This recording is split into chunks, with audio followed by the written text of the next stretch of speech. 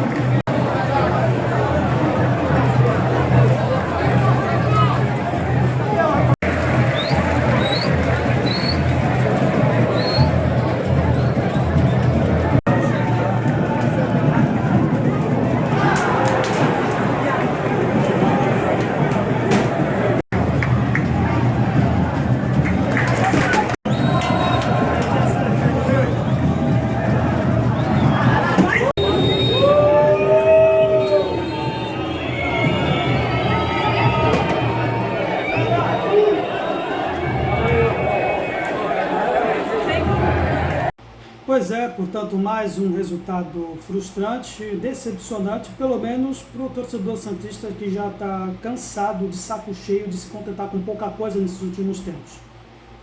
Muita informação que aconteceu nesse jogo, especialmente nas arquibancadas, porém eu vou me ater àquilo que é a única razão de viver de um clube de futebol como o Santos, vivendo apenas de resultados dentro do campo. Nesses 90 minutos que tivemos aí no empate contra o São Paulo, mas nos vícios e defeitos que um time limitado como esse apresenta. A falta de profundidade nas laterais, um meio de campo lento, uma zaga lenta e ineficiente na bola aérea, por exemplo, e as opções que o Vojvoda teve no decorrer da partida. No primeiro tempo, falando exclusivamente da dupla de ataque, se o Rony tivesse explorado um pouco mais, jogar no mano a mano com o zagueiro mais lento deles, que é o Sabino, talvez o resultado teria sido diferente, porque justamente no único momento que isso aconteceu na etapa inicial, que surgiu o lance do gol. Mas não, ele acabou sempre jogando um zagueiro mais veloz deles, que é o Arboleda.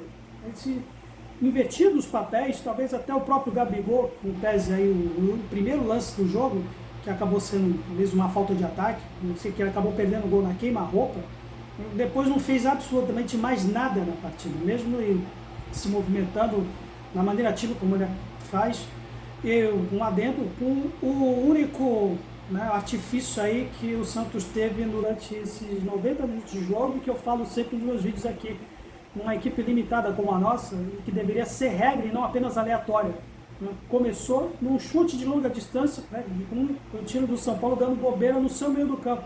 Parece que ele estava com pena da gente, dando espaço demais, dizendo assim, tem um pouco mais de autorrespeito e chuta para o gol. Foi o que o João Schmidt fez para a sobra do Zé Rafael, no fim do primeiro tempo. Depois, aí vai sim uma crítica com relação ao Vojvoda, na falta de senso de urgência da leitura do seu compatriota Hernan Crespo. Quando ele colocou as 3 substituições ao mesmo tempo, justamente para povoar o meio do campo, que sabe, até essa altura do campeonato, que nós temos essa lentidão na pessoa do nosso meio, com o Zé Rafael e com o João Schmidt.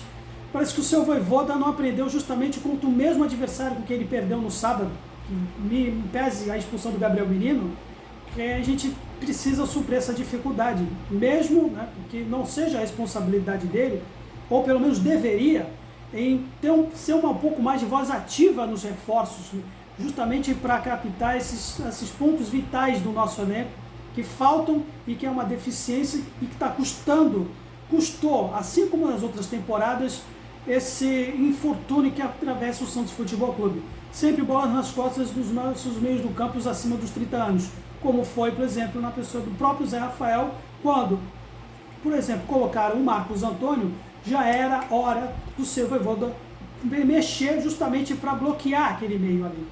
Mas não, esperou a tragédia acontecer no lance de bola cruzada, com a velocidade que o Hernan Crespo colocou nas mexidas para alcançar o gol do empate. Só depois disso que o seu Vojvoda colocou o Miguelito, por exemplo, para dar um pouco mais de dinamismo no meio do campo. E, por último, que com a torcida criticando e de maneira justa, ele inverteu o momento das substituições, quando ele poderia ter colocado já o Gabriel Bom Tempo, que inicialmente foi deslocado pelo lado direito e terminou pelo lado justamente quando aconteceu o gol de empate deles. Ele vai um pouco dessa responsabilidade compartilhada do Vojvoda, que poderia ser talvez alguém menos passivo na nossa janela de transferência. Ou, por exemplo, fazer voz, sendo um contraponto a essa política do seu Alexandre Gastos, merecidamente criticado pela torcida, que ele fez nos clubes anteriores, de vender ativos da base, e sendo isso, fazendo no Santos Futebol Clube, que historicamente sempre prezou a base, é um grande sacrilégio. E agora tendo que pagar, por exemplo, pela ausência de um lateral com profundidade. Tem, por exemplo, o Souza, vendido aí a peso de ouro, e ele tem que ficar se confortando com o Escobar e com as limitações dele. É isso. E agora nós vamos ter que encarar mais uma vez o momento de tentar nos salvar, agora numa competição estadual, contra o todo-poderoso Noroeste de Bauru, faltando 2 rodadas pelo estadual. Essa é a nossa rotina que vem sendo o Santos Futebol Clube nesses últimos tempos.